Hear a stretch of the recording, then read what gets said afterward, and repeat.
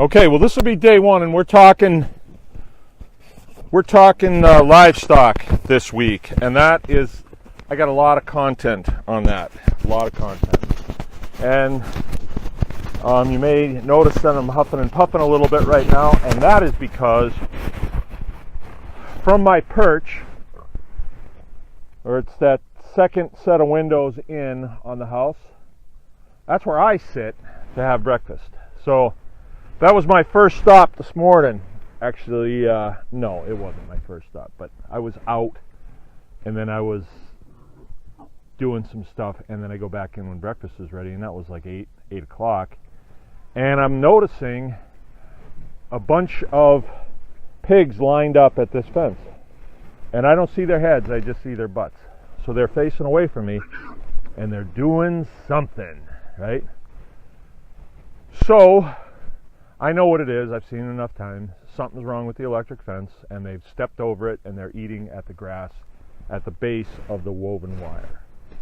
So let me show you how this is done. These guys are feeding right now. They're feeding right off the trailer, and they're doing that to keep the pigs away from the fence so I can fix it. But this is the way this is done. And I've showed this a lot of times, but this is what works. I'll tell you what else works, is not following directions. That really works too. And then you will definitely have a hard time with your pigs. All right, you see this fence post right here, the tall one? That's holding up the woven wire, and I think you can see the woven wire. On the inside of that, see that stubby? That's got a single strand of wire on it. Let me turn around, maybe get a better shot. Single strand of wire. When we install that,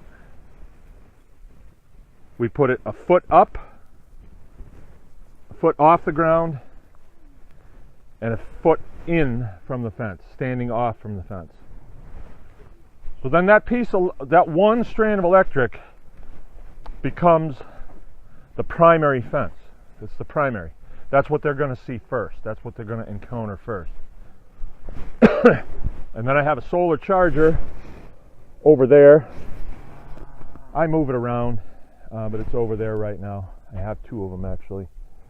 And they encounter that first, and then they never get anywhere near the secondary fence, which is the woven wire. Now some people will say, well, you don't really need that. You can use hog panels. Well, I say, you do your hog panels, and you'll be chasing pigs. Eventually, you'll be chasing pigs. You can listen to me, somebody that does this for a living, or you can listen to the guy at Tractor Supply that sells fence. But if you do it this way, your pigs aren't going to get out. And with livestock, what we want to do is we want to build in redundancy to the systems, to the processes, to the fencing systems that we're doing. Redundancy. Redundancy being, in my case, I don't want my pants to fall down, so I wear a belt. Just in case my belt fails, I got some suspenders on. So I got redundancy. My pants aren't going to fall down. No way, no how. And I think that's what's wrong with some of the youth today. They don't understand redundancy, because I see a lot of kids walking around and their pants have just fallen down. But they're too dumb to know that that's happened. Okay, so pigs. Pigs are a great resource. They're great in so many ways. If we want to talk about resource protection, or protection of our what we've produced, you can store it in a pig, right? And you can store in them the stuff that you don't want for your house. So here's an example. We have a big garden, and we grow enough to sustain us through the winter. A lot of times there's too much, you know. I'd rather have way too much than too little. But if I have too much and it's really great stuff, hey, maybe I'll share it with my neighbors. Maybe they'll have something to share with me. But if they have enough and I have more enough that I've stored, then I can store it get this, I can store that produce in them, because they'll eat it and they'll store it. You can see that pig right there is 270 pounds. He's stored lots of nutrient, lots and lots of nutrient, and it's good stuff. As we found out last weekend in our class with pigs, we just scratched the surface on them and it took us 3 days. But the amount of things that you can do with a pig is really the goodness of the pig, because they're so versatile. See that pig right there? He's got a fresh water over there. Look what he's drinking out of. A muddy puddle. Tastes good, huh? That's what they do. That's what they do. I got to supply them water until it freezes, and then there's no more water. But by then they're going to have a lot more of this white stuff on the ground. And they prefer to eat snow than they do to drink water. Of course, don't get in a conversation about that on the internet, because people will think that you're not treating your animals right. But been doing this long enough where I can tell you, if you put water out for them in the wintertime, they'll just play in it. But they will eat snow if it's available. That's not going to apply to everybody, but up here in the north we get plenty of it. Okay, pigs. I really like them because I know how to do everything that there is to know about pigs. You know, I'm like Forrest Gump. I know all there is to know about shrimping. And I really don't, but I know a lot about them. And what I'd like you to think about, let's say that you can't do pigs where you live, or you can't do cattle where you live, but you want to do some livestock. Let's talk about rabbits. Let's talk about chickens.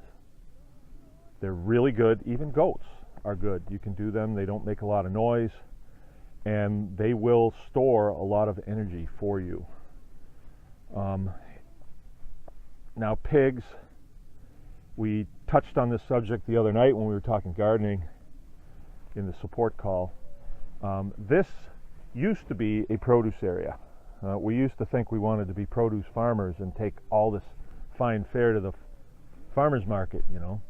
But then we found out how much work goes into this, and when you go to the farmer's market, there's always somebody who can do it cheaper, and you wind up bringing the stuff home and feeding it to the pigs anyway. So basically make enough money to pay for the fuel, but not for the people that are coming. So it wasn't working for us, at least here, the farmer's market that I have here, the ones that are available. But we don't have a huge population center like somebody in Boston would. So what we do is we use this produce area to grow produce, but then we direct feed it to them. Direct feed it. And I think what I'm going to do is I'm going to end this video here. So I've shown you this area. I've shown you this area real time out here, and then I'm going to go to the whiteboard, and I'm going to show you what I've done. It's kind of a discovery, I think. And this discovery, I mean, you could use this in several different types of livestock. As a matter of fact, I'm going to show you calves later, and I am using this principle with the calves because right now you can see these kids are feeding bread. That's just junk bread. I got a junk bread contract with a company, and so we have plenty of feed for them. But if we didn't, where are you going to get the food to feed that many animals? There's 25 of them, and they're all near 300 pounds. So what's that? That's a lot of weight. That's a lot of feed that's gone into them throughout their year and something life. So that's something to think, and that's where scrounging comes in. You know, a scrounge contract is nothing better than that. But those guys largely have eaten produce right off of this field. I didn't show the Homesteaders Guild this, but we did grow some turnips on here, some forage turnips, forage radishes, I'm sorry, and they got about 15 inches long, but they didn't get the weight on them that they would have if I had planted them earlier. They got to be about that big around, but normally they'll get to be about 8 inches in diameter or 10, and they can get to be about 2 feet long. So that's some serious eating for these guys, and it keeps them busy for a long, long time. And the nice thing about livestock and the homesteader system is livestock coupled with, you know, flora and fauna. When you couple them, you get a gain having both of them together.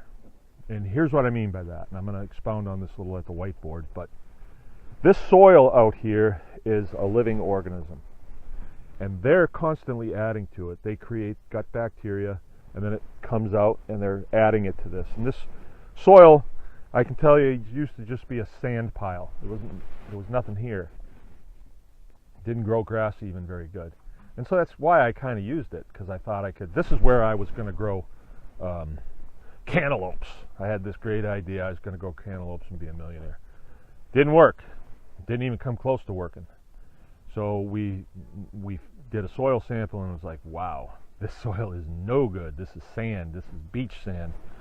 So we added the animals to it and started growing whatever would grow. And I think I've talked to you guys about rye grass. It's pretty durable, really cheap. A bag of it is like 10 bucks, 50-pound bag or 60-pound bag. And this stuff will grow on a sponge.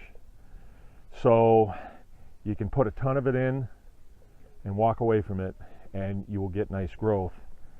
And then you turn these animals on it, and they'll eat it. They'll eat all the grass. They'll eat all the roots. And what they manure out will be the building blocks of fine soil here, right? So this area, as I will show you at the whiteboard, is 300 long, 100 wide, and it's divided in 3. So I can move them around, and they'll always have something to do. They'll always have something to eat, something to work up, a fresh place to be. A lot of times with livestock, if you have them on a little pen or a paddock and they're there too long, you can sour the soil, and it takes a long time for that soil to come back to sweetness.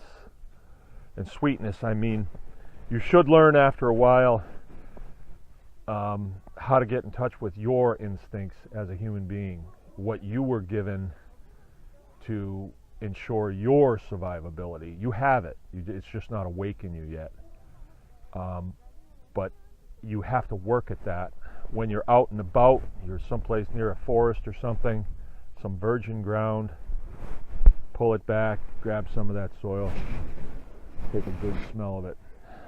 You actually bringing those particulates into your body. If you can smell it, you're bringing them into your lungs. They'll become part of you. You should take some of that soil. I got a phone call. If that soil smells good to you, you should take some of it in, put it in a capsule and down it, or mix it up make a mud shake with it. You know, you should increase your gut flora. I know it sounds gross, but if it's virgin soil, there's nothing in there that's going to hurt you at all. But then you will learn to identify sweet soil. And you should be able to come out here on your grow area, pull some up, and say, this is okay, this is okay, this is ready for me to plant in. If you pull it up and you smell it, it smells kind of funky, kind of like socks, used socks, then you don't want to plant, you want to wait. All right. Okay, I'm running out of battery here as usual. When it's cold, you run low quick. So pigs will be Friday. Friday will be pigs. I will come back to you with another video in a while at the whiteboard, and we're going to discuss this grow area and how livestock works on your homesteading system. All right.